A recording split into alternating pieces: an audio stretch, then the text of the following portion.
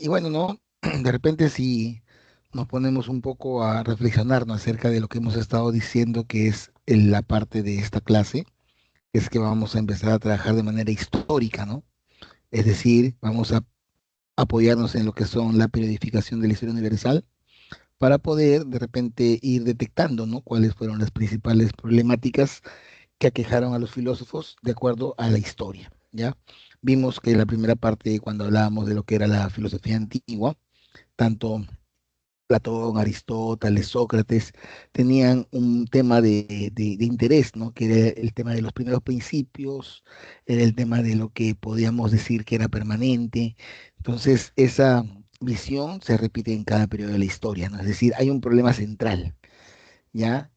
Ahora, los más acuciosos de repente que han seguido un poco se sorprenderán, ¿no? Porque dirán, pero, profesor, la semana pasada vimos la filosofía antigua y ahora vamos a ver la moderna. ¿Qué pasó con la medieval? ¿Dónde está la filosofía medieval? Porque yo sé que hay una historia medieval. Y vamos a decir por qué justamente nos hemos saltado desde la filosofía antigua hasta la moderna. Ya, entonces ahora también otros acusados dirán, ¿no? Profesor, pero también vamos a considerar lo que es el tema de filosofía antigua, medieval, moderna, contemporánea, sí. Justamente esa es la idea, ¿no? De que detectemos claramente cuáles serían esos momentos históricos que destacan por las preocupaciones filosóficas que tenían ellas.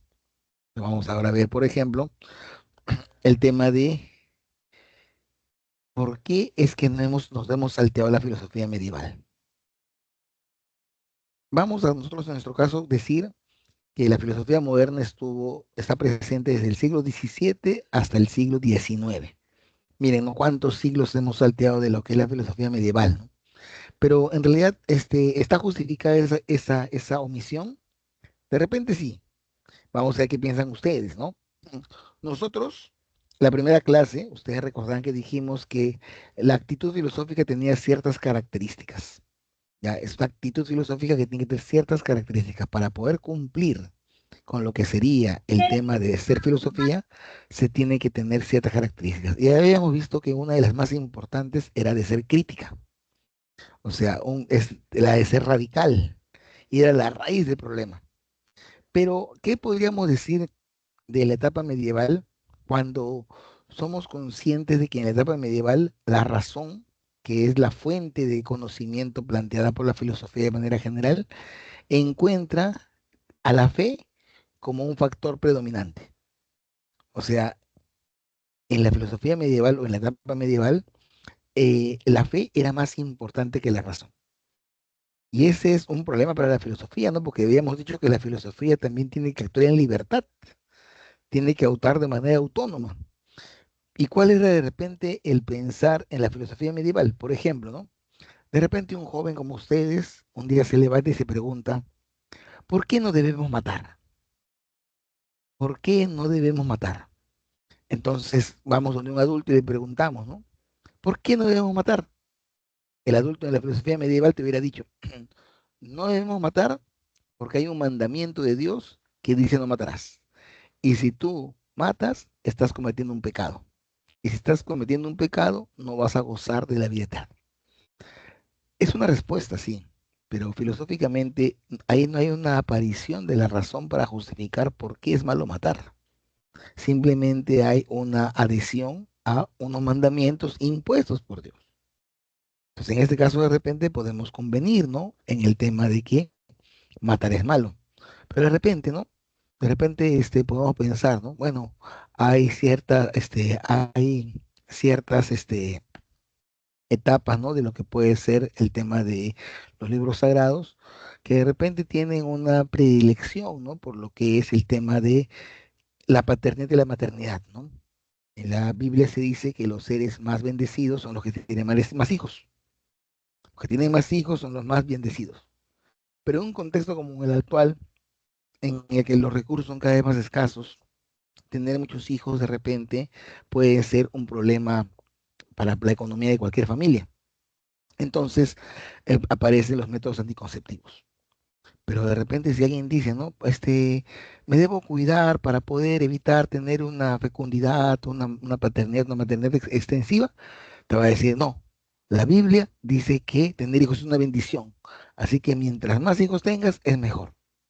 Entonces, no hay una razón pensada, crítica, radical, totalizadora, problemática, que de alguna manera quiera responder la pregunta, sino que hay simplemente el recurrir a Dios. Entonces, la filosofía medieval, por eso, para muchos historiadores, es conocida como una etapa oscura, es decir, una etapa en la que la razón estaba siendo opacada, estaba siendo eclipsada por la razón. De ahí también se saca algunas temas paralelos. Por ejemplo, ¿no? ¿Quiénes son los pensadores de la filosofía medieval?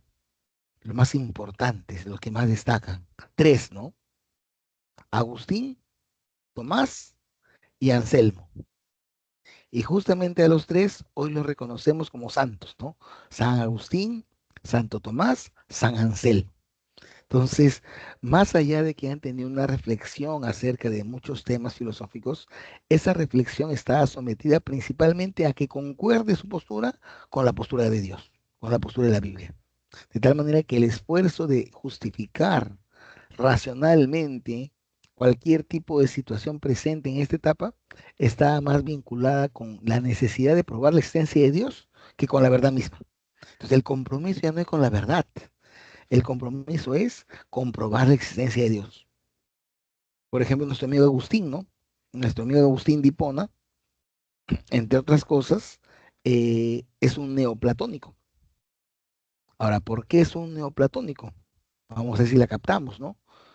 Ustedes recordarán que Platón hablaba de dos mundos. ¿Se acuerdan que la semana pasada veíamos que en la ontología platónica existía un mundo sensible y un mundo de las ideas? Y decíamos que el mundo sensible es un mundo corrupto, es un mundo que cambia, es un mundo que está en constante cambio, mientras que el mundo de las ideas es perfecto, es total, ¿no? Están las esencias. Esa idea se la presta San Agustín de nuestro amigo Platón y crea lo que serían también dos mundos, el mundo de los hombres o la ciudad de los hombres y la ciudad de Dios. Ahora, en la ciudad de Dios ya no es, ya la idea es, ya no están las ideas, sino lo que están son las almas. Y en la ciudad de los hombres están los hombres. Entonces, la ciudad verdadera de la plenitud es la ciudad de Dios. Por lo tanto, es más importante el alma que el cuerpo. Entonces empieza a justificar, ¿no? De ahí viene la idea de un paraíso, de ahí viene la idea de el alma, ¿no? Entonces, todas esas ideas, Agustín se las presta de lo que sería Platón para justificar la existencia de Dios, para justificar la existencia de que Dios no esté en la tierra, sino que Él está en la ciudad de Dios. Entonces, no hay una verdadera búsqueda, ¿no? De explicación de los fenómenos, sino hay cómo yo me favorezco de estos argumentos para probar una posible existencia de Dios. Lo mismo con Tomás, ¿no? Como sabemos, Tomás es un neo-aristotélico, es decir, que buscaba permanentemente el tema de conseguir también conocimiento, pero el tema de Tomás era el tema de la escolástica, ¿no? Es decir, cómo se tenía que estudiar lo que decía la Biblia para poder defender cualquier causa que tengamos recurriendo a ella. Entonces Tomás era un acucioso investigador de la Biblia, ¿no? De tal manera que pudiéramos tener una serie de elementos que nos puedan ayudar a tener realmente un complejo, una compleja explicación de todo. Y San Anselmo peor todavía, ¿no? San Anselmo se da la tarea de probar cómo es posible que la Virgen María, porque según la Iglesia, el cuerpo de la Virgen María, o sea, el único ser humano cuyo cuerpo no descansó en la tierra, el de la Virgen María.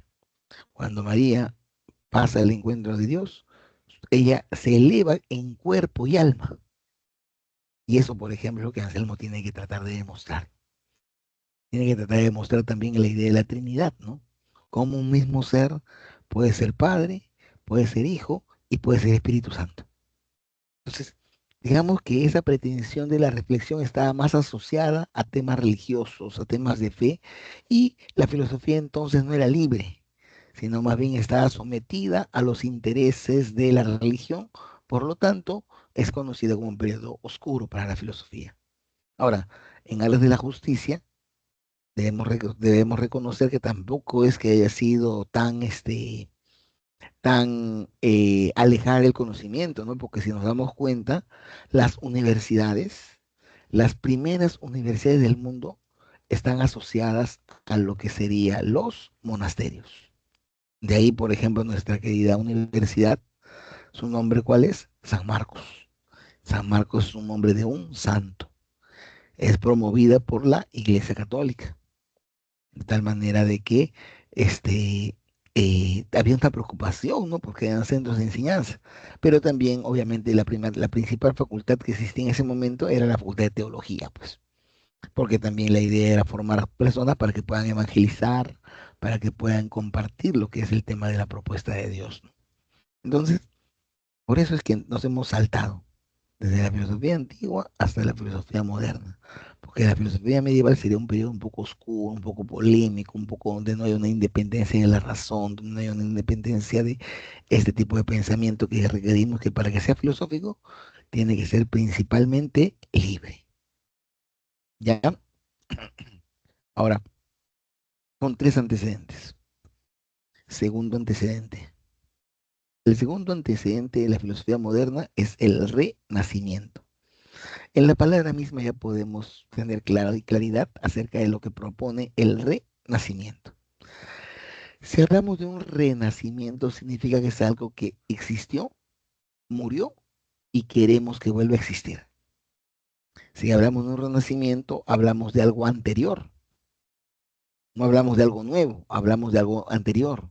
Hablamos de un volver al pasado.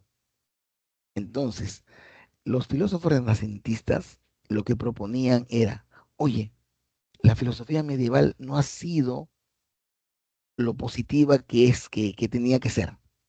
¿Qué propones entonces? Volvamos a los griegos.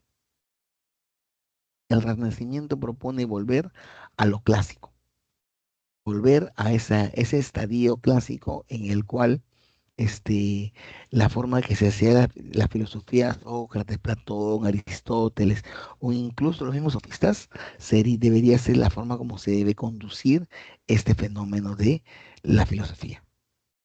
Entonces, ya no era posible, ¿no? Simplemente el hecho de seguir bajo la tutela de Dios, sino que debíamos recuperar la libertad. Entonces, el movimiento renacentista propone eso, ¿no? Volvamos al pasado. Tuvimos un pasado de gloria en la época griega. Tuvimos un pasado de bastante esplendor. Lo hemos perdido justamente por el tema de la intromisión, ¿no? De lo que puede ser lo medieval, lo religioso, pero debemos volver a ello. Por eso es que el Renacimiento es el segundo antecedente de la filosofía moderna. Y el tercero es el humanismo. Tiene sentido, ¿no? ¿Por qué tiene sentido que el humanismo aparezca en esta etapa? Pensemos en algo, ¿no? Pensemos, por ejemplo, en el hecho de, si decimos de que Dios no es el garante de la verdad, porque recordemos que habíamos puesto de ejemplo que en la etapa medieval recurríamos a que Dios lo dice, a que es una propuesta de Dios, ¿no? Pero en el humanismo lo que tenemos es que el hombre lo que va a hacer es confiar en sus propias facultades. O sea, el hombre confía en sus propias facultades. ¿Qué quiere decir eso? Quiere decir de que cuando se haga la pregunta, ¿no? ¿Matar es malo? Ya no va a poder recurrir a decir matar es malo porque la Biblia lo dice, o porque lo dice o por lo que dice la Biblia, los mandamientos, sino va a tener que reflexionar por sí mismo, haciendo uso de la razón para sostener por qué matar es malo. Entonces, el humanismo confía plenamente en que el hombre es capaz de, utilizando sus facultades, alcanzar la verdad, alcanzar el bienestar, tomar la mejor decisión. No requiere de Dios. Si pusiéramos hacer una especie de problemática actual basada en estos dos momentos, diríamos lo siguiente, ¿no? En la filosofía medieval diríamos, ¿no? Profesor, estoy en el centro pre y quiero ingresar. Entonces, ¿qué te diría? ¿Qué te diría, no? Entonces tienes que rezarle a Dios, pues. Dios te va a iluminar el día del examen y vas a ingresar. Vamos a rezarle a Dios. Entonces Dios es el causante, el artífice de mi ingreso. Y mi ingreso se lo debo a Él como un acto divino, como un acto de fe, como un acto de sometimientos, perdón. Pero el humanismo dice, no, no. El humanismo dice, no, pues, si yo quiero ingresar, no me sirve de nada decirle a Dios que me va a ingresar. No me sirve de nada hacerme el que necesito que su presencia de Dios me haga ingresar, que me haga las preguntas. No, no. Lo que yo requiero es confiar en mis facultades. Entonces, ¿qué me dicen mis facultades? Mis facultades me dicen de que hay técnicas de estudio, que de repente si yo utilizo, ¿no? Lo que podríamos llamar este, eh, el hacer resúmenes, el estructurar la técnica del sumillado, el estructurar la técnica del subrayado, deberían hacernos lograr que el aprendizaje sea mayor, aumentar las horas de estudio. Entonces, el ingresar no está en manos de Dios, está en manos de mí mismo. Cualquier mecanismo que se tenga, cualquier problema, está en manos de uno mismo. Tengo un pariente enfermo, lo llevo al mejor médico o le rezo a Dios. La filosofía medieval diría, no, hay que rezarle a Dios porque Dios va a convertir luego ese médico en su instrumento y va a lograr una operación exitosa. Pero el humanismo diría, no, no podemos dejarle la vida de esta persona a Dios, sino que debemos recurrir al médico. El médico debe tener la suficiente cantidad de ciencia para poder ayudarnos a curar al enfermo. Entonces, miren, ¿no? Esos dos principios que de alguna manera se empiezan a contraponer, ¿no? Dejo mi futuro, mi destino personal y de la humanidad en Dios, o confío en mis facultades como ser humano y me propongo, ¿no? Generar una certeza de que mi razón puede construir los más útiles razonamientos. Por ejemplo, ¿no? En esta etapa estaba un señor que se llamaba Tomás Moro. Tomás Moro escribe un libro que se llama Utopía, donde Tomás Moro lo que hace es proponer cómo debería estar organizada la sociedad para que sea una sociedad exitosa. Entonces, Utopía hace eso, Utopía también lo hace lo mismo Campanella, ¿no? Campanella también tiene una propuesta de ciudad, ¿no? Cómo debería estar organizada, a qué edad se deberían casar, cómo deberían vivir, cuántos hijos deberían tener, ¿no? De tal manera que hay una confianza en que si la razón se activa, va a alcanzar un alto nivel de acercamiento a la verdad o a lo útil o al bienestar que se pueda dar, ¿no? Entonces ahí nos encontramos por eso con lo que sería el tema de los tres antecedentes que derivan en lo que sería el tema de la filosofía moderna. Filosofía medieval, Renacimiento, humanismo. ¿Hasta ahí habrá alguna consultita de alguno de los presentes? Entonces avanzamos un poquito más, ¿no? Son 2 horas, ¿no? Para no confundir, son 2 horas de clase hoy día, ¿no? Pues sí, ya. ¿Cuáles son las características de la filosofía moderna? Tenemos que buscar, ¿no? ¿Qué es lo que hace que la filosofía moderna sea distinta a otras filosofías? A la contemporánea, a la medieval, a la misma antigua, ¿no? Tiene que tener alguna diferencia. En este caso vamos a resaltar dos diferencias. Primera diferencia. Habíamos dicho que durante la etapa del medieval, la filosofía, la razón estaba sometida a la religión fe. En la filosofía moderna empieza a vislumbrarse una ruptura. La razón está por un lado, la fe está por otro lado. La filosofía está por un lado, la religión está por otro lado. ¿Qué quiere decir eso? Quiere decir, por ejemplo, de que está bien, ¿no? Puede ser que tú tengas una afinidad con una religión, como por ejemplo la tenía Descartes. Descartes era un fervoroso creyente en Dios, pero al momento de filosofar, no recurras a él. Simplemente, este, toma en cuenta la razón para que tomes las mejores decisiones. Ya, entonces, ya no puede haber alguien que diga, no, yo soy de repente católico, hijo de Dios, ¿no? Y como soy hijo de Dios, tengo la verdad porque veo la Biblia, ¿no? Lo que importaba principalmente es la razón. La primera característica sería esa, ¿no? Independencia de la filosofía frente a la religión.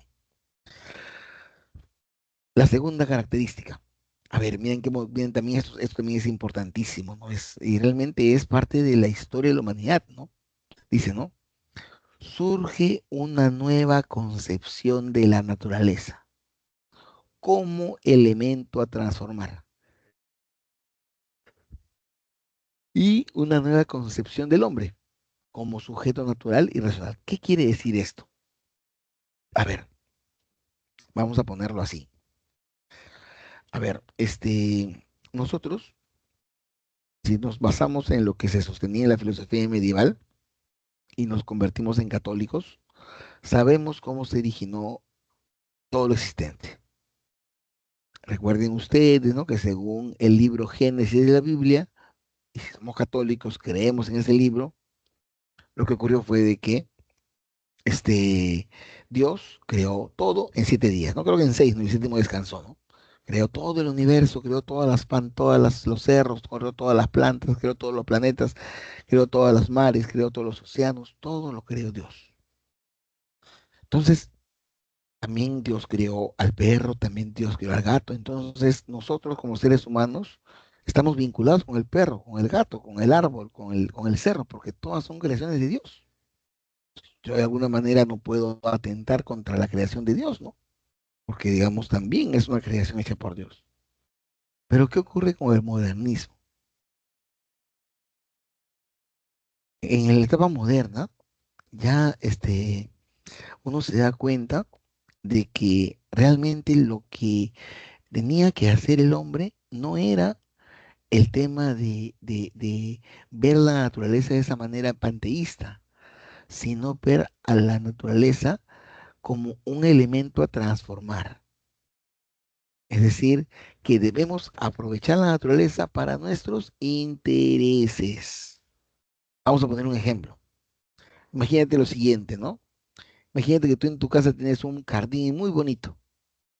Tienes un jardín muy bonito y va a venir de repente tu primo a vivir a la casa. Y entonces tú tienes que o bien alojarlo en tu cuarto o bien buscarle un cuarto. Como tú quieres dormir solo y de alguna manera, este, eh, eh, de todas maneras tienes que ser hospitalario con tu primo, entonces de repente tú dices, mamá, pero el jardín lo podemos convertir en cuarto. Tu mamá te va a decir, sí, pero en el jardín están los árboles, un árbol ya al menos. No importa, hay que tumbarlo. O sea, miren con qué facilidad, por mi comodidad, tumbo un árbol. Y al tumbar un árbol, obviamente mato al árbol, porque el árbol es un ser vivo, pero también acabo con los ecosistemas presentes en el árbol. En un árbol solamente la vida no es de los pericos. Entonces, esa situación en la cual la idea ya no sería el tema de proteger el árbol, sino simplemente tumbarlo. No me importan los insectos que están ahí, no me importa que haya ningún tipo de insectos, simplemente yo, como quiero mi bienestar y quiero que este jardín se convierta en árbol, se convierta en un cuarto, perdón, lo erradico. Lo erradico. De igual manera, ahora que estamos viendo el tema de la construcción de las carreteras, de los metros, ¿no? Muchas veces hemos visto que la carretera va a pasar por donde habían árboles. Acá había un bosque. Incluso, ¿no? Muchas de las zonas de Lima han sido antes lagos. Entonces, pero no me importa. Como yo quiero que haya más cemento, como yo quiero que haya más edificio, termino con lo que sería esa vida de los árboles y construyo los edificios. Entonces, yo someto la naturaleza a mis deseos. Yo someto la naturaleza, la transformo a como yo quiero. No me preocupo, oye, ese árbol que voy a tumbar para comprar, para hacerme una silla, cuando lo tumbe, va a generar de que los animales que estén en ese árbol se queden sin hacer, sin nada. Va a generar de repente que va a haber un tema de un problema que se pueda ir generando, ¿no? Entonces, por eso es de que decimos que en la filosofía moderna considera la naturaleza ya un elemento para que sea transformado, para poder transformarlo, para poder acomodarlo a los intereses que tenemos como humanos, sin importar la vida de los animales, sin importar la vida de otros seres, ¿ya? Y también aparece una nueva concepción del hombre. Esta nueva concepción del hombre está ceñida a lo que sería un hombre como un sujeto natural y un sujeto racional. ¿Qué quiere decir que el hombre sea un sujeto natural y un sujeto racional? Lo de racional ya lo sabemos, ¿no? Que este, vamos a usar la razón, pero la razón no es nada del otro mundo, simplemente es la facultad que tenemos para, de manera natural, para poder actuar. Entonces yo debería actuar en función de mi razón y no en función de cualquier otro tipo de contexto en el que voy a actuar. Por ejemplo, ¿no? Habíamos dicho, ¿no? Yo quiero ingresar, pues. Entonces yo ya no voy a pensar de que el ingreso mío va a ser producto de un milagro, producto del azar. Yo voy a cumplir con todos los dispositivos que se tengan que realizar para poder ingresar.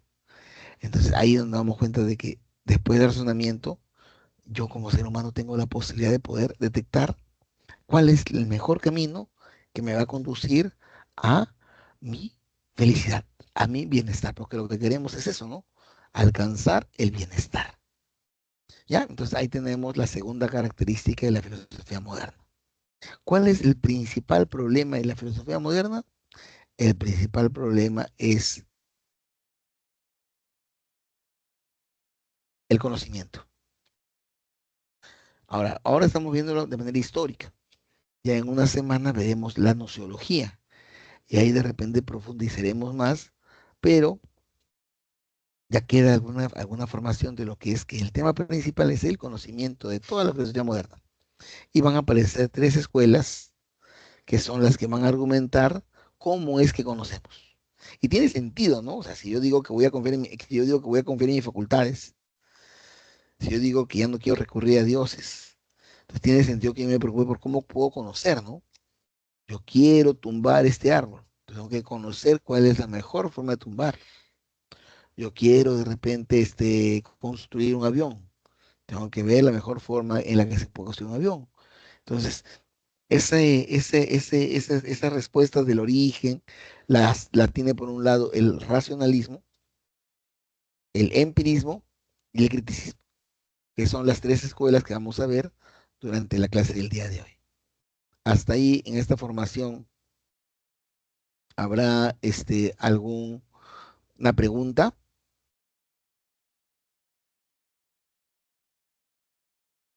Ya, entonces seguimos.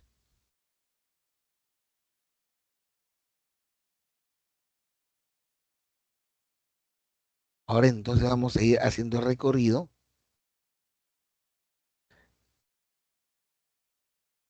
acerca de las diferentes escuelas. La primera escuela es el racionalismo. Entonces, ahora tenemos que conocer los principales fundamentos del racionalismo. Vamos a empezar por René Descartes, el principal filósofo, el filósofo más importante de esta etapa es René Descartes, ¿ya? René Descartes es considerado el padre de la filosofía moderna, así lo consideran. René Descartes considera que cuando uno quiere conocer, lo que debe utilizar es la razón. La razón es la facultad humana que nos permite conocer. Ahora miren algo interesantísimo, ¿no? Ya no nos dice Descartes que la razón permite alcanzar la verdad, sino que lo que nos dice es que con la razón logramos alcanzar una certeza. Entonces, miren, ¿no? Pero ¿por qué nos habla de certeza y no nos habla de verdad? Sería la pregunta, ¿no? Cuando está claro que de repente la verdad es más importante, ¿no? Es algo ya más absoluto, ¿no? Mejor ya algo absoluto. Pero Descartes reconoce que no se puede alcanzar la verdad, sino una certeza del conocimiento. Entonces tenemos que entonces ahora pensar por qué hace esa distinción entre verdad y certeza. Ya lo que nos puede ayudar es su método. Así como se acuerdan que Sócrates tenía su método mayéutico, en este caso Descartes tenía un método que él denominaba la duda metódica. Descartes proponía la duda metódica, o sea, la duda como método. Ahora, ¿en qué consiste la duda metódica? La duda metódica consiste en no aceptar nada como verdadero o evidente. O sea, para Descartes era muy importante que si queremos establecer el conocimiento, y peor aún después de haber salido de una etapa medieval en la que la filosofía estaba sometida a la religión, en la que la razón estaba sometida a la fe, era muy importante que se alcance la posibilidad de dudar de todo lo existente. Por ejemplo, si Descartes aparecería en este momento aquí frente a nosotros, nos sería una pregunta de repente. Diría, jóvenes, ¿existen las pirámides de Egipto? Es decir, ¿existe Keops, Kefren, Miserino?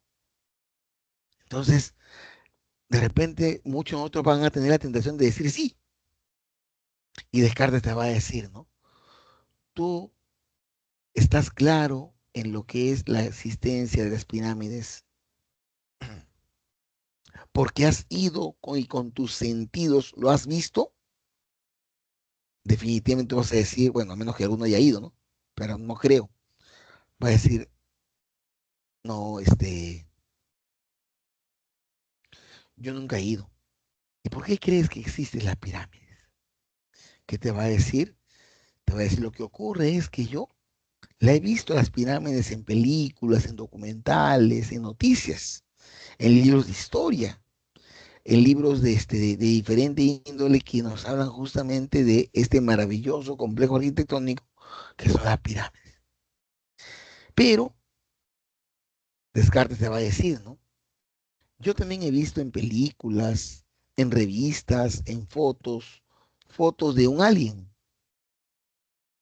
No podrá ser que te han enseñado de alguna manera fotos que no existen y tú las has de repente fraguado. Entonces tú dices, oye, es posible, ¿no? Es posible que no exista, es posible que no exista porque si nunca he ido, si no conozco a nadie que haya ido, así también me pueden haber engañado y me pueden decir que existe esta otra cosa, pero en realidad nunca existió. Como por ejemplo, ¿no? Una vez hace años llegué a mi casa y no estaba mi perrito. Y mi mamá me dice, no, lo que pasa es de que se lo he prestado a un vecino para que lo ayude en una gestión que tenía que hacer con un perro. Y al final, mi perrito nunca volvió, nunca apareció. Entonces, yo tengo la posibilidad de dudar, ¿no? Realmente se escapó, mi mamá lo mató, este, lo regaló, ¿qué es lo que ha pasado con mi perrito? Entonces, yo tengo la necesidad de dudar de todo. Yo no debo creer en nada. Entonces, esta duda metódica no debe aceptar nada como verdad. Ahora, tampoco propone no un escepticismo total, sino que después de dudar, ya una vez que uno obtenga la respuesta, ya de alguna manera se vincule con ella y tenga la claridad que es la verdad. Por ejemplo, yo puedo dudar en este momento de que este plumón que les estoy mostrando por la cámara sea negro.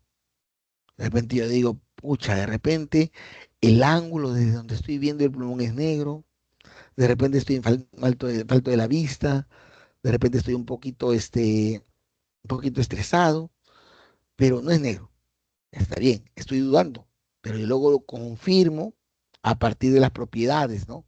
Oye, sí, tiene una pintura oscura, oye, sí, no, no, sí es negro. Entonces ya me quedo con ese conocimiento, pero no es que lo haya obtenido porque alguien me lo dijo, sino porque de alguna manera yo he construido ese conocimiento. Entonces la duda metodológica consiste en eso, ¿no? En las verdades que puedan existir, someterlas a duda para ver si nos mantenemos o cambiamos de perspectiva de lo que estamos haciendo. Este uso del método de la duda metódica, lo que encontraba, lo que permite es que haya un nuevo criterio de certidumbre, o sea, un nuevo criterio en el cual podamos considerar que algo es verdadero. Ese criterio se llama certeza. Ahora, este criterio de certidumbre va a combatir algo que también era una costumbre en la filosofía medieval, que se llama el tema de el criterio de autoridad. ¿En qué consistiría lo relacionado con el tema de el criterio de autoridad? Bien sencillo. Lo que ocurría principalmente es que cuando nosotros hacemos algún tipo de discurso en lo referente a lo que se venía proponiendo, era recurrir constantemente, por ejemplo, a Aristóteles. Entonces, cuando de alguna manera yo pretendía, ¿no?, tener alguna respuesta, decía, lo dice Aristóteles, lo dice la Biblia. Y bueno, la pregunta sería, oye, ¿Aristóteles no se puede equivocar? Claro que sí, ¿no? Por ejemplo, uno de los errores físicos más importantes de Aristóteles, si uno lee su libro de la física, que es un libro que le valió luego ser considerado el padre de la biología, un filósofo es el padre de la biología, lo que ocurrió es de que en ese libro Aristóteles define a la ballena como un pez. Y es verdad, ¿no? De repente en ese momento con la evidencia que se tenía, era prudente, necesario considerarlo un pez. Pero alguien a lo largo de la historia de la humanidad tuvo que dudarlo. Si realmente es un pez, ¿por qué tiene esta característica? Si realmente es un pez, ¿por qué vive una etapa diferente que los demás, que los peces? Si realmente es un pez, ¿por qué esa forma en la que respira? Entonces, ¿eso qué genera? Eso genera de que yo dude realmente. Y realmente Aristóteles se había equivocado, porque no podemos decir que lo que ocurre es que se tiene en consideración, ¿no? El hecho de que de alguna manera denominado ser sea un mamífero, pero lo repetíamos y si nadie se hubiese puesto a dudar de eso, hasta ahora seguiríamos diciendo, ¿no? La ballena es un pez, la ballena es un pez. O también, ¿no? Aristóteles también en su libro de la física sostenía, creía, consideraba de que el centro del universo era la Tierra. Lo han intentado convencer, le han tirado pintura, lo han querido desalojar, pero él nunca dejó de sostener que eran pinturas. Ahora, este, ¿de qué manera, de alguna manera, se puede generar ese tipo de conocimiento? Cuando nos damos cuenta, ¿no?, de que Aristóteles también se puede equivocar. Y hoy sabemos, por ejemplo, que el centro del universo, al menos de lo que sea la galaxia, no es la Tierra, sino que incluso la Tierra gira alrededor del Sol. Entonces no podemos afirmar, ¿no?, de que realmente ese conocimiento haya sido verdadero. Entonces seguiríamos repitiendo hasta ahora que la Tierra es el centro si es que alguien no hubiera dudado de lo que dijo Aristóteles. Y empezaba a demostrar, y ahora es la certeza, es que la Tierra gira alrededor del Sol, es la certeza. Pero de repente más adelante aparece un nuevo conocimiento, una nueva forma de interpretación en la que cambia por completo el contexto que tenemos. Entonces, este criterio de certidumbre termina, ¿no?, con lo que sería el criterio de autoridad. ¿Ya? Siguiente idea. Descartes tenía una frase como que la que también hemos nosotros mencionado de esta manera. Puedo dudar de todo menos que soy un sujeto que estoy dudando, pensando y que por lo tanto existo. Por eso es que surge la idea de pienso, luego existo. ¿Y qué quiere decir esta frase, pienso, luego existo. Vamos a tomarlo así. A ver, vamos a una pregunta inicialmente. Debajo del mar, en el fondo del mar, deben haber un montón de seres vivos que ni siquiera nos imaginamos cómo sería. Nosotros nos imaginamos los seres dos ojos, una boca, dientes, pero de repente en el fondo del mar hay seres que tienen 30 ojos o no tienen ojos. Entonces, de alguna manera, mi existencia está configurada a mi penitencia. Entonces, ¿qué quiere decir eso? Quiere decir de que el sujeto no puede dudar de todo. Yo en este momento puedo dudar si estoy aquí en clase, de repente estoy soñando que estoy en clase, pero no puedo dudar de que soy yo el que está dudando. El famoso pienso, luego existo. Es decir, yo puedo dudar de todo, pero no puedo dudar de que soy yo el que está dudando. Y esto también nos lleva a tener en consideración el hecho de que esta idea de que el pensamiento es anterior a la existencia, primero se piensa para luego existir, es una idea clara y distinta. Es decir, es una idea que es irrefutable. Nadie puede refutar esta idea. ¿Ya?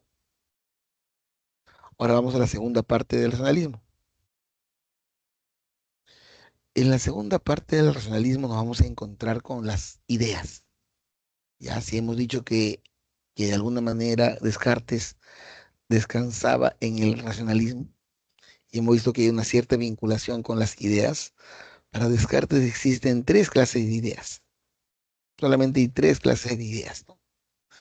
Vamos a analizar en qué consiste cada una de ellas. Ujú. La primera clase de ideas son las ideas adventicias. Y aquí viene algo que también debemos aclarar, ¿no? A veces cuando decimos que Descartes consideraba que el origen del conocimiento está en la razón, podemos de repente pensar que Descartes lo que hace también es decir que la realidad no existe, pero no es así, ¿no?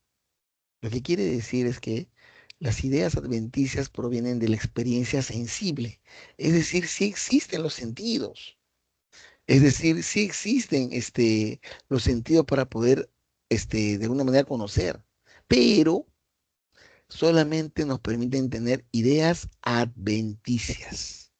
Por ejemplo, ¿no? Este, si de alguna manera yo voy por la calle y encuentro un árbol, cuando al día siguiente vaya por otra calle y me encuentre con otro árbol, yo voy a decir, no, esto es un árbol, porque ya me dijeron que la propiedad de árbol es que tenga un tallo largo y una serie de arbustos en las hojas. Entonces, ahí tenemos claramente de que yo, si no hubiera visto nunca un árbol, nunca hubiera tenido la idea adventicia de árbol. Ahora, vamos a poner un ejemplo contrario. Yo les digo, ¿no? Mañana le regalo 100 soles a quien me trae una churrínfula. Ustedes van a decir, ¿qué cosa? Una churrínfula. ¿Y por qué no saben lo que es una churrínfula? Porque no han tenido la experiencia sensible de estar frente a una churrínfula. En cambio, si les digo, me traes un carro rojo, si he tenido la posibilidad de ver un carro rojo, entonces voy a poder llevar ese elemento que se está pidiendo en lo que son las ideas adventicias. ¿Ya? Luego viene lo que serían las ideas facticias.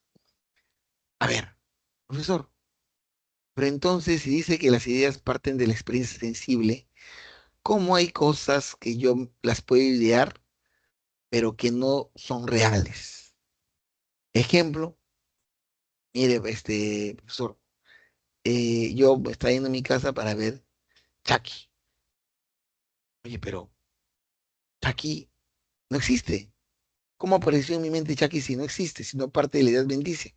Lo que pasa es que lo que ha hecho Chucky es juntar un muñeco con un niño. Entonces, un muñeco y un niño es de alguna manera una idea facticia. Un muñeco ya quedaste terror. O más sencillo de repente, ¿no? Que siempre se utiliza como ejemplo. Profesor, yo conozco los pescados.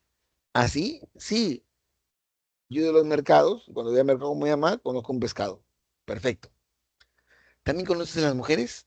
Sí, también conozco a las mujeres. En mi salón hay varias mujeres. Entonces, ¿qué te parece si empezamos más bien a decir que lo que se presenta es el tema de la sirena? Una sirena no existe, creo que nadie ha visto una sirena. Sin embargo, la tenemos como algo existente porque la idea facticia de sirena aparece gracias a la idea adventicia para poder, en función de eso, poder saber, ¿no? Existe pescado, existe mujer, una sirena. Esa es una idea facticia que surge de lo que son las ideas adventicias y es donde interviene la imaginación. Ahí interviene la imaginación. Luego tendríamos lo que se llama las ideas innatas. Las ideas innatas son las ideas que nacen en nuestra mente. Ya hemos dicho que nuestro amigo San Agustín consideraba, ¿no?, que es importante tener el tema de estos elementos para poder trabajarse de esa manera. Ahora, estas ideas innatas tienen que ver con la perfección, tienen que ver con lo que es el tema de lo infinito. Y de alguna manera justifica, ¿no?, por qué es que sostenemos que es importante el tema de la presencia de la idea de Dios. O sea, lo que diría de alguna manera, entre otras cosas, nuestro amigo, eh, Descartes, es que si decimos que las ideas surgen de la parte adventicia y todo lo que está en la tierra es imperfecto, ¿cómo yo tengo la noción de perfecto? Y a partir de eso tan simple, considera que la perfección, la idea de Dios, la idea de infinito, han nacido en nosotros de manera innata. ¿Ya? Entonces, miren, tres tipos de ideas: ideas adventicias, ideas facticias, ideas innatas. De igual manera tenemos lo que sería la sustancia. Miren que también la sustancia es una palabra que toma prestada Aristóteles.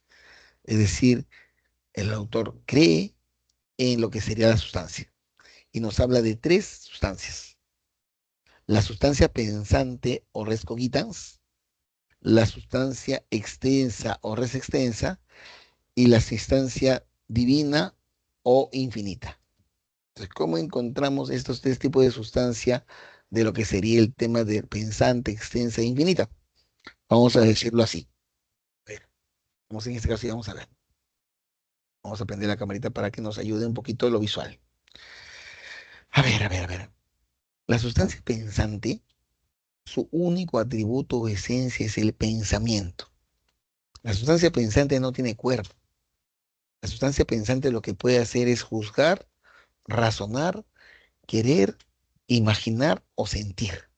Solamente es puro pensamiento. Vamos a entender eso. Vamos a poner un ejemplo. ¿Quién de ustedes, por favor, quiere que en este momento le cortemos una pierna para ver si es más feliz con dos piernas o con una? De repente, ustedes van a decir, no, profesor, ni que fuera tonto. Yo no requiero cortarme una pierna para saber que no me va a gustar. Yo diría, pero de repente te gusta, ¿no? Ya no harías colas, ya irías de repente sentado en todos los buses siempre, ya no requeriría, ya no te cansarías nunca porque irías todo sentado. Entonces, ¿por qué no probamos? Ah, ahí está el eco, ¿no? De Descartes. Yo puedo juzgar que no me va a gustar, pues. Porque un empirista puro que diría, a ver, hay que probar, ¿no? Tienes razón, hay que probar.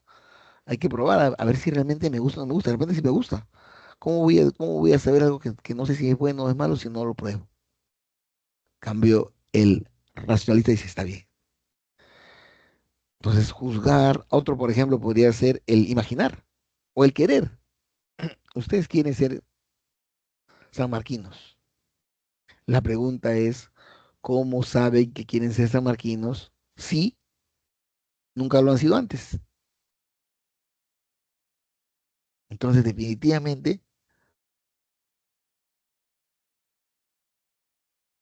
nos encontramos con justamente esa necesidad de que lo que va a generar es que yo me voy a dar cuenta que quiero algo sin haberlo experimentado. Entonces, la res cognitan tiene que ver con eso, con el pensamiento. Ahora, vamos a pensar en lo siguiente, ¿no? A ver, vamos a ponerlo así como un ejemplo, ¿no? Yo tengo acá mis manos y tengo un celular. Mi pensamiento es capaz de que el celular que está en mi mano izquierda se pase a la mano derecha, así como la película Carrie. No, no es capaz. Entonces yo para que exista movimiento, lo que requiero es de la res extensa. La res extensa tiene que ver con el cuerpo y con la extensión.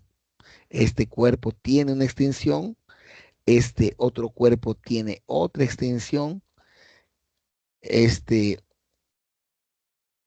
otro cuerpo tiene otra extensión. Entonces es el cuerpo, la parte física, es lo que vamos a conocer como la res extensa. La res extensa tiene que ver con eso, ¿no? Con la extensión, con el movimiento y con el reposo. ¿Ya? Esa sería la res extensa. Y tenemos luego como último la res infinita, que es la idea de Dios que ha sido puesta en nosotros de manera innata. Ya esa sería la sustancia divina. Hasta ahí, ¿alguna pregunta de la propuesta de Descartes?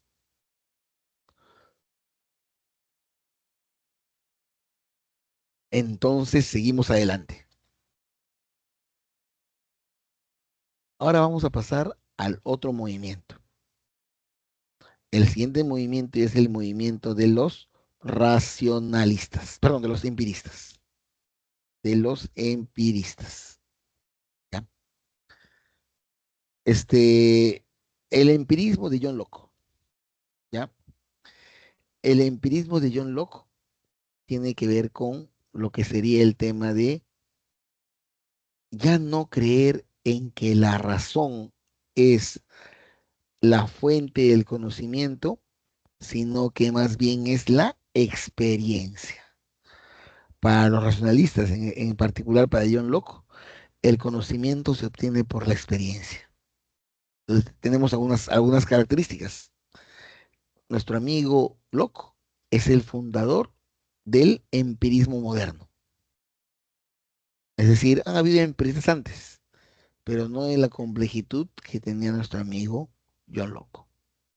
Siguiente, para John Locke no existen las ideas innatas.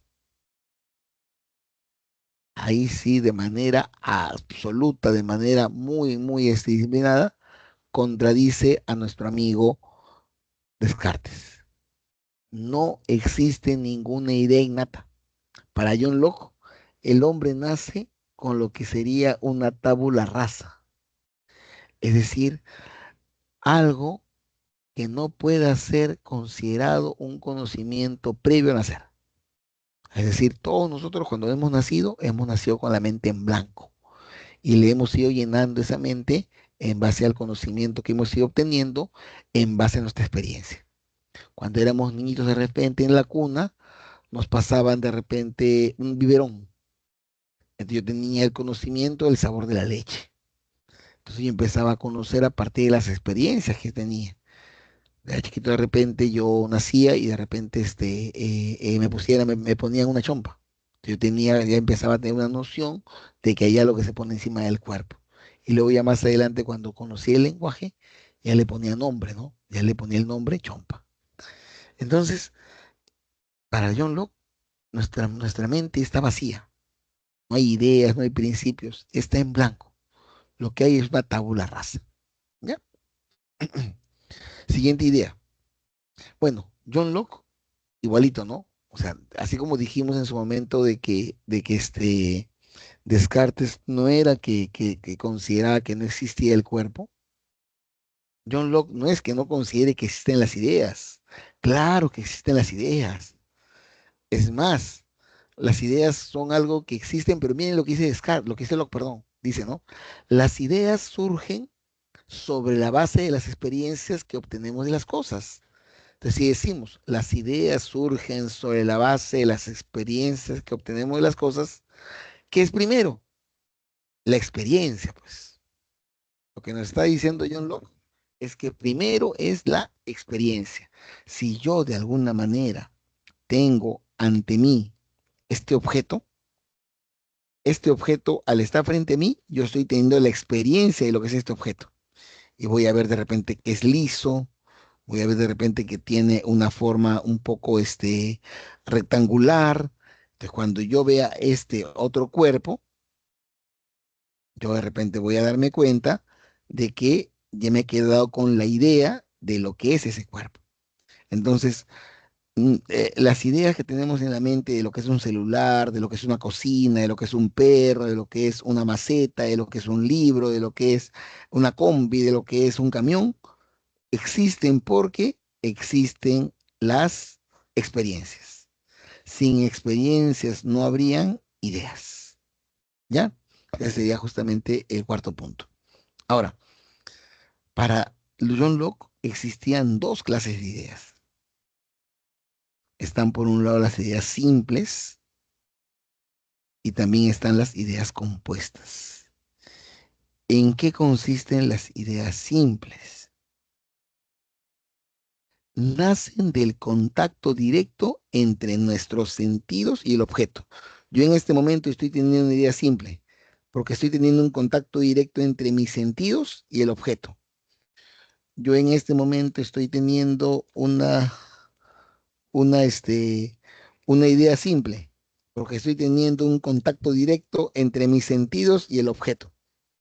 Yo en este momento estoy teniendo una idea simple, porque estoy teniendo un contacto directo entre mis sentidos y el objeto. O sea, cuando yo tengo un contacto directo por la vista, por lo que puede ser el gusto, por lo que puede ser el tacto, por lo que puede ser el olfato, por lo que puede ser el oído, un contacto directo entre mis, estamos teniendo ideas simples.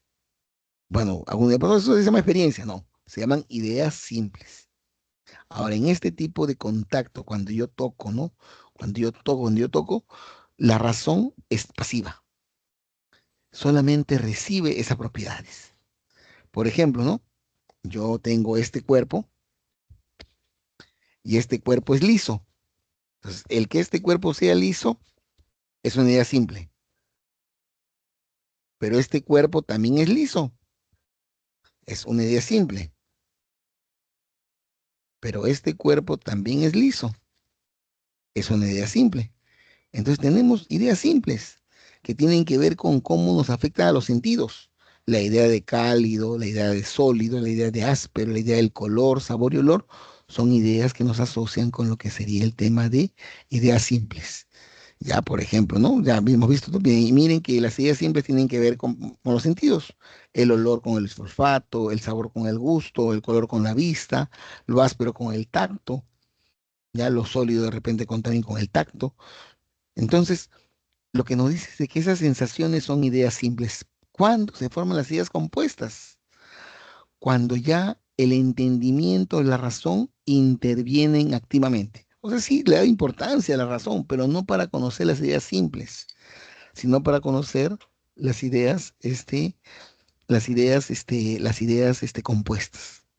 De lo que hacen las ideas compuestas es combinar ideas simples. Por ejemplo, ¿no? Profesor, si tiene pico de pato, si camina como pato, si tiene color de pato, ¿qué es? Es pato, pues. Profesor, si es liso, si es blanco, si es rectangular, si está en un salón de clase, si está colgada en la pared, ¿qué es? Una pizarra, pues, profesor. Profesor, si tiene manecillas, si da la hora, si se puede poner en la muñeca, ¿qué es? Es un reloj. Entonces, ideas simples asociadas ya que genera lo que sería una idea compuesta y de esa manera podemos decir que si tiene ramas, si tiene una copa verde, si tiene otros elementos, definitivamente diremos de que es una suerte de lo que sería el tema de una idea compuesta. Entonces, la idea de árbol, la idea de hombre, de avión son ideas compuestas, ¿ya?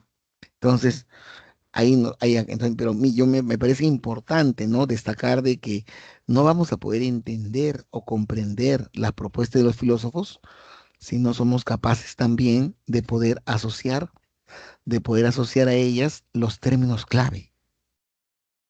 Por ejemplo, un término clave un término clave en nuestro amigo Descartes es sustancia. Un término clave en nuestro amigo Descartes es el término idea. El tema de res, cogitans, extensa, divina, pensante, facticias, innatas, adventicias. Bien, todos los términos que empiezan a aparecer, ¿no? Que de repente sí nos pueden parecer confusos, pero si nos damos cuenta tienen una relación. La duda metódica, la parada certidumbre, la idea clara, distinta. Ya con Descartes también nos encontramos, ¿no? Con la idea de ideas innatas, tabula rasa, idea simple, idea compuesta. Entonces tenemos que empezar a ir asociando estos conocimientos para poder enriquecer la sabiduría que tenemos. ¿Ya? Luego tenemos al otro empirista. Son dos empiristas. Tenemos a nuestro amigo Hume. Bueno, entonces, para empezar, no digamos, ¿no? Si es empirista, una de las cosas primero que deberíamos decir es que tiene algo diferente al racionalismo, porque obviamente es lo contrario, ¿no? Es un racionalismo. Pero también podríamos decir algo importante. Si de alguna manera es empirista, entonces se parece en algo a loco. No podría ser completamente distinta a loco, porque definitivamente si no sería lo mismo. Vamos a ver qué nos aporta. Primero, Hume está de acuerdo en que no existen ideas innatas.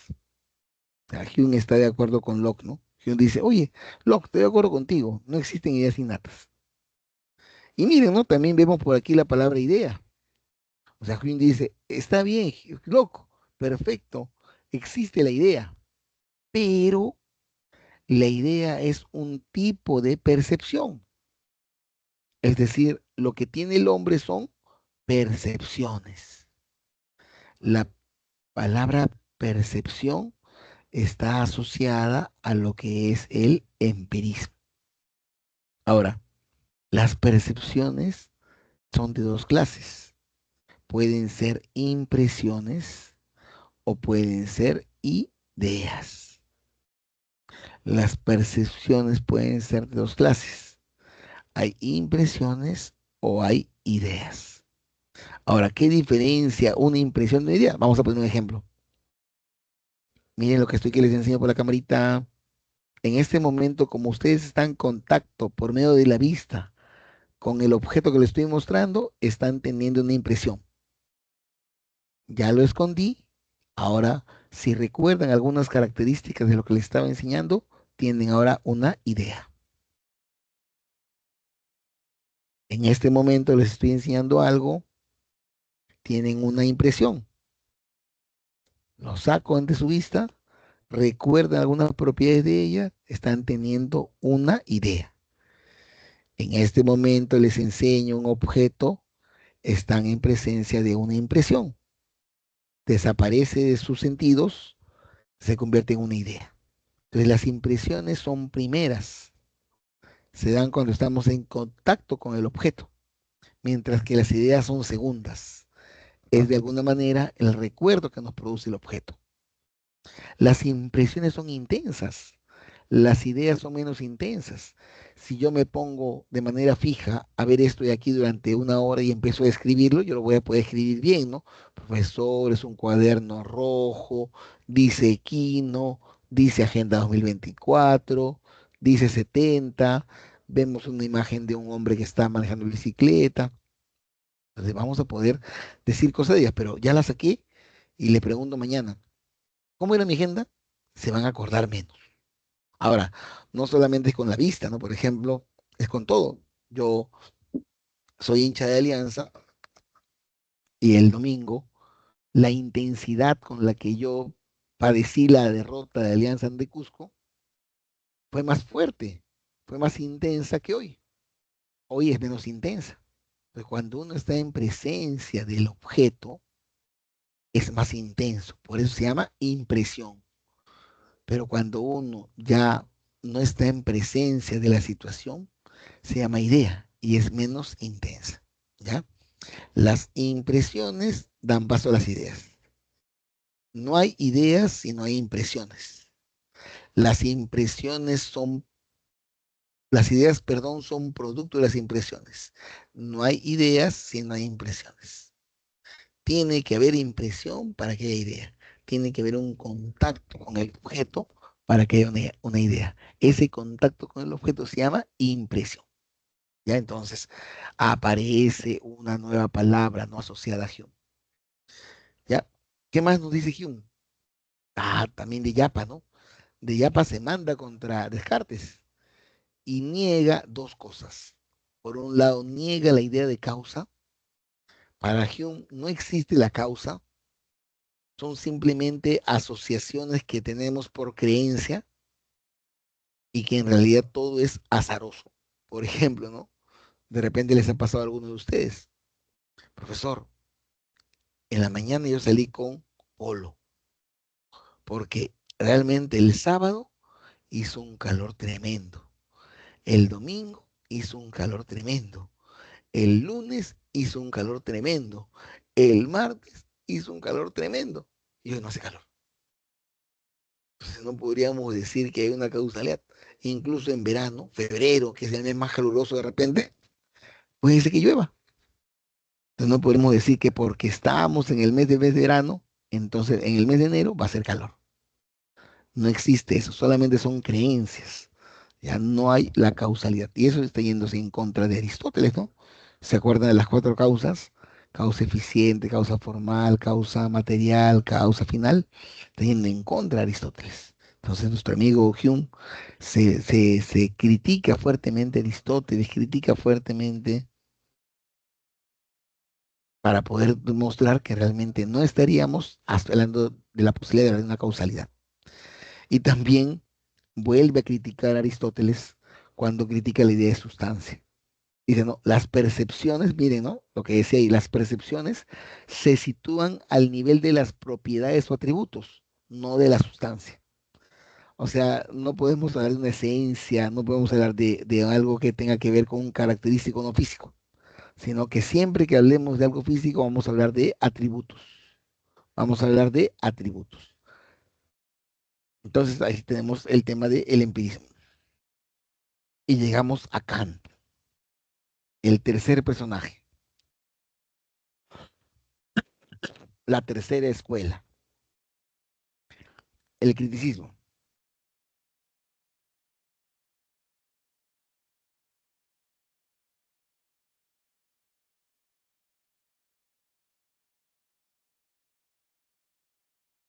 Primera idea de criticismo. Primero, Kant, cuando le dicen se puede conocer, Kant dice sí se puede conocer, pero no se puede conocer todo. Por ejemplo, ustedes ya, tengo en mi mano el DNI. El DNI, en este momento ustedes no están viendo mi DNI, pero ustedes no están viendo lo que hay atrás. Entonces, lo que nos quiere decir Kant es que uno puede conocer lo que está ante mis sentidos. Esto está ante sus sentidos, en este caso la vista, entonces lo pueden conocer, pero no pueden conocer lo que no está ante sus sentidos. Entonces Kant dice, podemos conocer el fenómeno podemos conocer, pero no podemos conocer el noumeno. El noumeno es incognoscible. El noumeno no se puede conocer. Eso es importante que tengamos en cuenta para poder generar, ¿no? Para poder tener en cuenta esos elementos.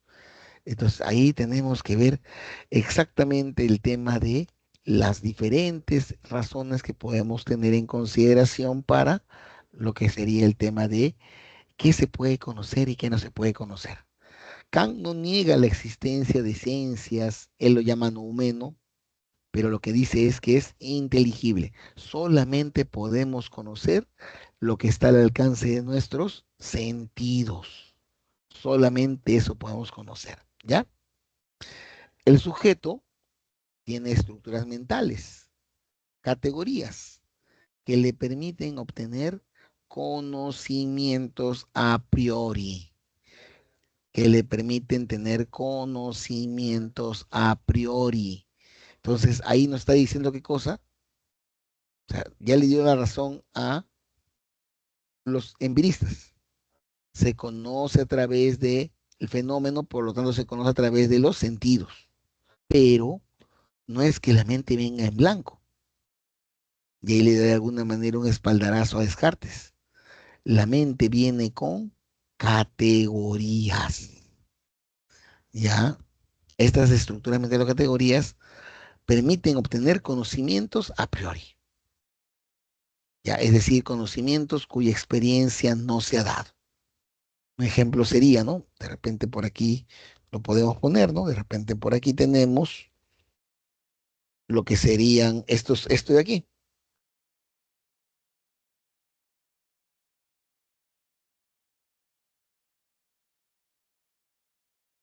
Si yo les pregunto a ustedes qué ven en este momento, si somos netamente descriptivos, van a decir, profesor, yo veo 4 puntos. Perfecto. Bien, 4 puntos. Pero sus categorías mentales le permiten hacer esto. No está unido, pero a ustedes les permite poder unir. Y pueden unir de diferente forma. De repente se les ocurre más bien estos 4 puntos, unirlos así. Entonces, ¿qué queremos decir? Queremos decir que es el hecho de poder unir, separar, no son cosas que nos puedan haber enseñado de manera empírica, son categorías que ya tenemos inmersas en nuestra mente.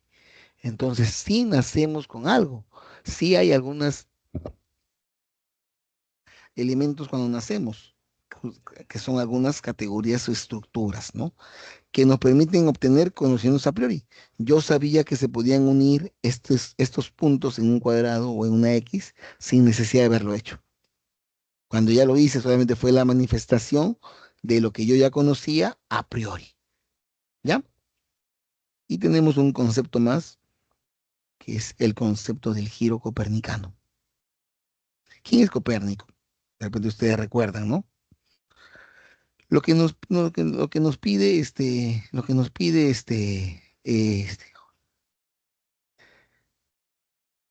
que tengamos en cuenta lo siguiente, ¿no?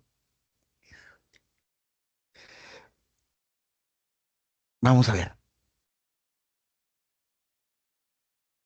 Mire, ¿no? Es el mundo el que se tiene que ajustar al modo como el ser humano conoce,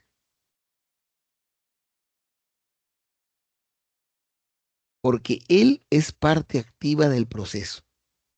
O sea, ¿qué quiere decir? Mm, Que no importa cómo es el mundo, importa cómo yo lo veo. O sea, yo no me puedo empezar a tener divagaciones sobre si de repente este color es rojo o no es rojo, sino que son mis categorías mentales las que van a permitir conocer mejor a los objetos. ¿Ya? Entonces tenemos el giro copernicano.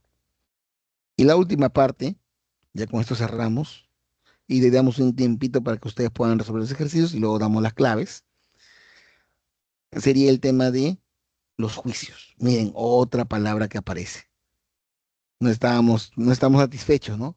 Ya teníamos sustancia, ya teníamos idea, ya teníamos impresión, ya teníamos fenómeno, ya teníamos noumeno, ya teníamos también idea adventicia, idea facticia, teníamos innata, teníamos res pensante, res cogitans, res infinita.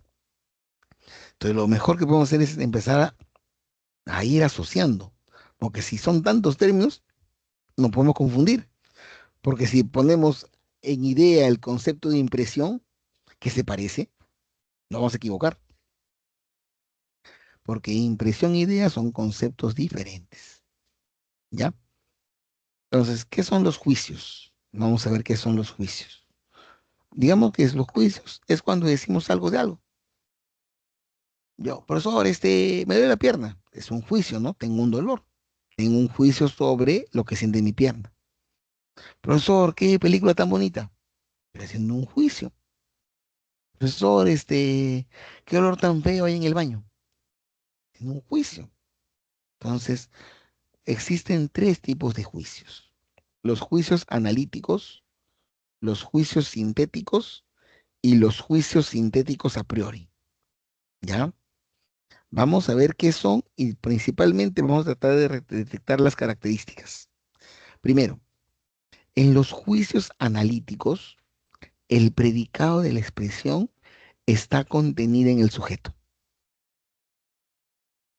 El predicado de la oración está contenido en el sujeto. Ejemplo, el triángulo tiene tres lados. Los solteros no están casados. Los universitarios estudian en la universidad. Los universitarios no estudian en el colegio. Entonces, o definitivamente, pues, ¿no? Un soltero no está casado.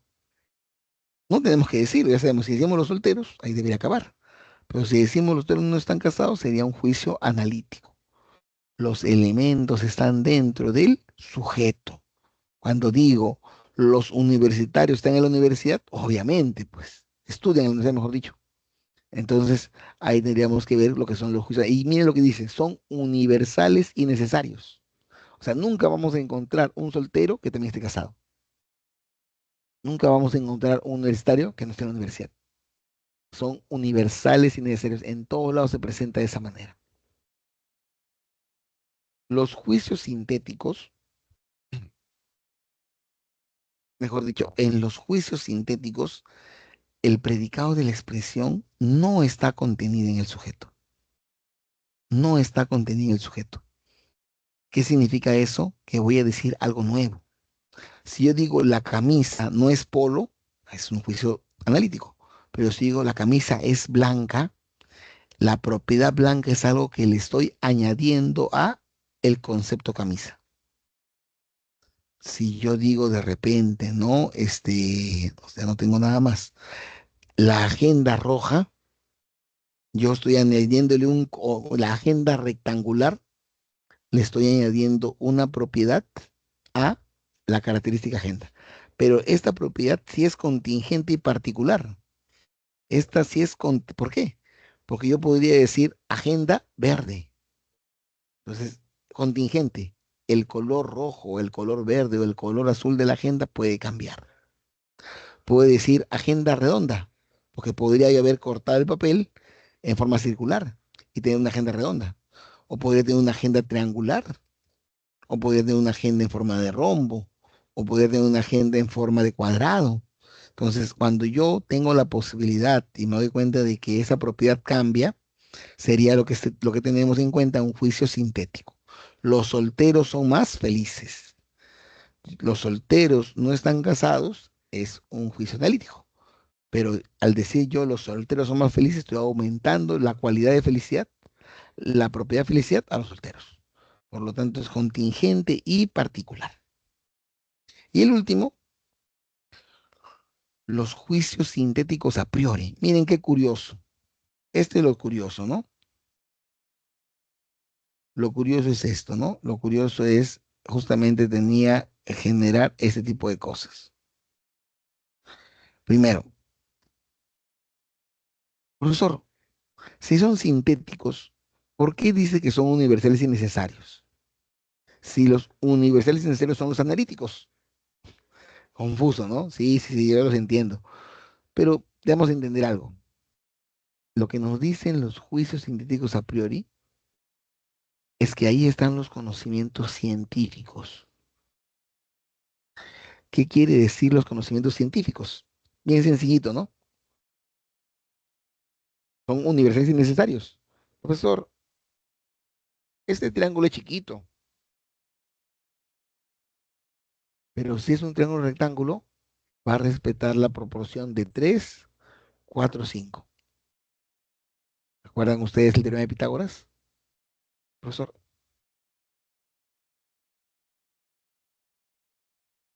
este triángulo es más grande, pero también voy a respetar la proporción de 3, 4, 5. ¿De qué quiere decir?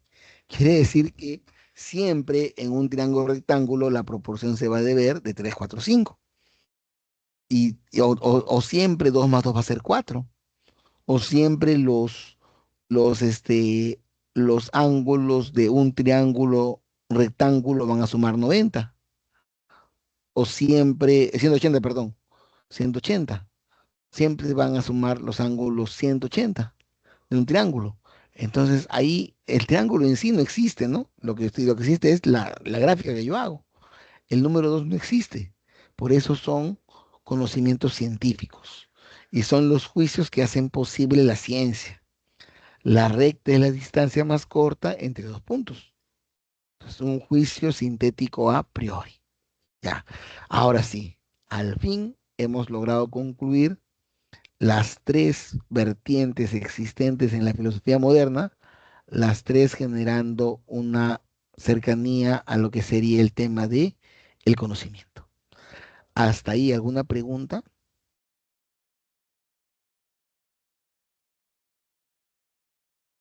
Entonces, vamos a dar unos minutitos para el trabajo autónomo, ¿ya? Voy a apagar la cámara creo que por la chat hay algo. No sé si por el chat hay algo, por el chat hay algo. No, la U ganó, sí, bueno, sí, pues lamentablemente para mi gusto ganó la U. Pero miren, ya mi impresión que me dejó el partido, ese ya estaba amargo. Hoy ya no estoy presente ante el resultado, ya es una idea, ya es menos intenso. Si en la mañana me tomé un rico desayuno, un jugo de papaya, y mientras me lo tomaba decía, qué rico jugo de papaya, estaba teniendo la impresión del sabor de la papaya en mi sentido del gusto. Hoy en la tarde digo, qué rico jugo de papaya tomé, pero ya no tengo la impresión, ya no tengo el contacto con la papaya, solamente tengo la idea de lo rico que fue y es menos intensa, ¿no? Cuando me deja mi enamorada, me desvela conmigo, durante la pelea estoy más triste, pero ya cuando pasa un tiempo, deja de ser menos intenso. Entonces, por eso es que las impresiones son más intensas y lo que sería el tema de las ideas son menos intensas. ¿Ya? Ojalá que podamos por aquí poner, por aquí, vamos a poner por aquí,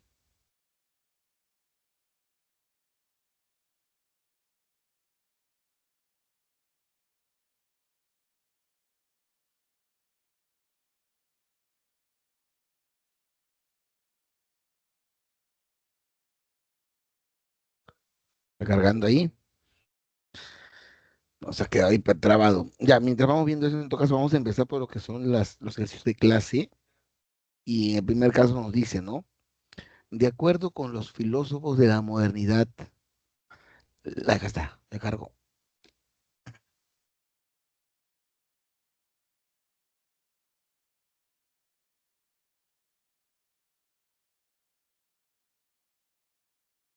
Diciendo, de acuerdo con los filósofos de la modernidad, la idea de Carlos es compatible con la propuesta de Kant que refiere, ¿qué cosa refiere?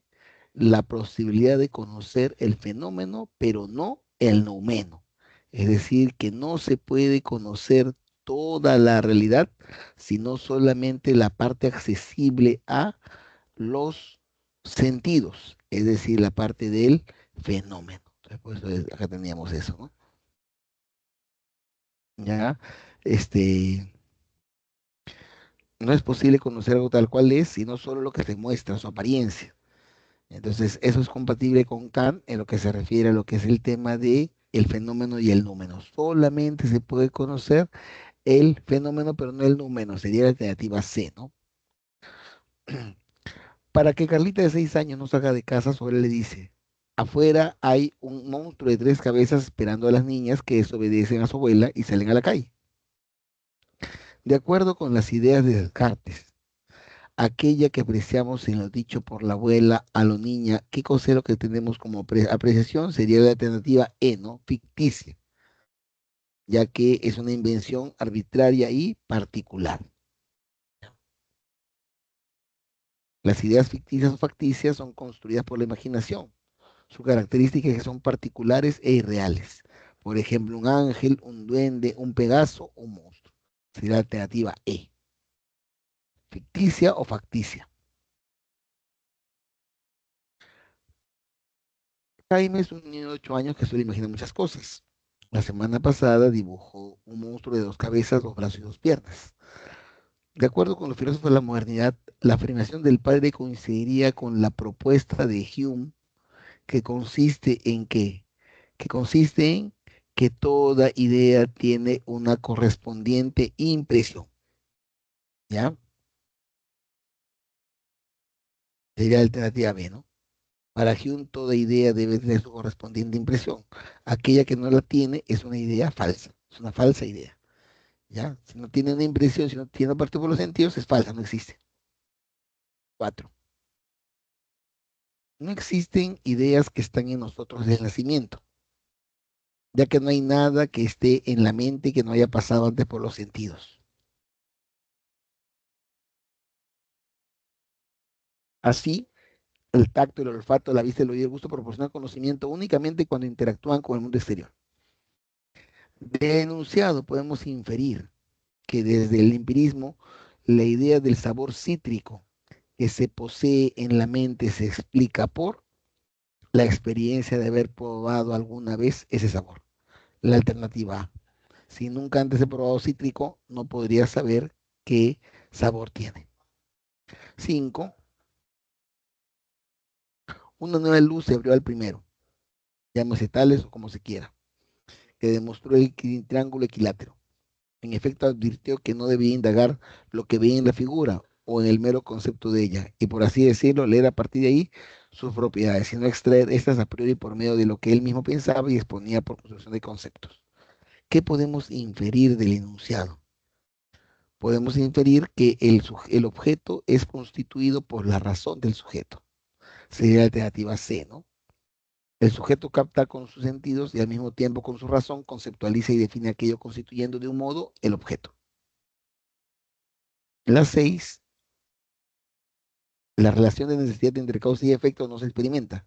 Ahí tenemos claramente expuestas las ideas de nuestro amigo Hume. Debido a que esto no se hace de modo recurrente, asumimos que existe una condición preestablecida. Así pues, la relación de necesidad no es el resultado de una impresión, sino de un hábito o costumbre. El efecto no está implicado en la causa. No existe causalidad, no decía Hume, ¿no? 7. ¿Cómo son posibles los juicios sintéticos a priori? Esta cuestión encierra lo que constituye la tarea propia de la razón. La respuesta a la pregunta solo se circunscribe a la matemática y a la física pura. Por eso decíamos que son conocimientos científicos. Estas ciencias están realmente dadas y de hecho existen, perdón. Solo cabe preguntarse cómo son posibles en ella los juicios científicos a priori. Del enunciado podemos inferir, de acuerdo con Kant, que un juicio científico a priori enuncia la experiencia de los fenómenos por medio de qué, que lo que estaría ahí presente sería la alternativa B, ¿no? Los conceptos universales de la razón. Y la 8, Carlos sorprende a Ronald con la siguiente pregunta. Estimado amigo, solemos decir con nuestras palabras que yo soy Carlos y yo soy Ronald, pero dime, ¿alguna vez has percibido directamente eso que también llamamos yo? La verdad, jamás lo he percibido. En este caso, enunciado podemos inferir que la pregunta de Carlos se relaciona con la crítica a la sustancia sustentada por Hume, ¿no? Porque no podemos hablar de que hay una sustancia de Carlos o una sustancia de Ronald. Vamos a poner las alternativas conjuntas para que puedan de repente tener el respaldo y luego puedan practicar un poquito más. Y ya con eso estaríamos, se puede decir ya, concluyendo la jornada. Ya, esas son las claves de la evaluación. En este último minuto, ¿habrá alguna consulta adicional que pueda haber surgido mientras llenaban los, los ejercicios?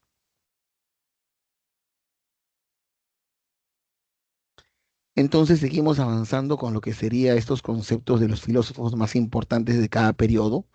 Ya al menos, si hablamos de nombres, tenemos ya nociones ya de la antigua de Sócrates, Platón, Aristóteles y al menos de Protágoras como sofista.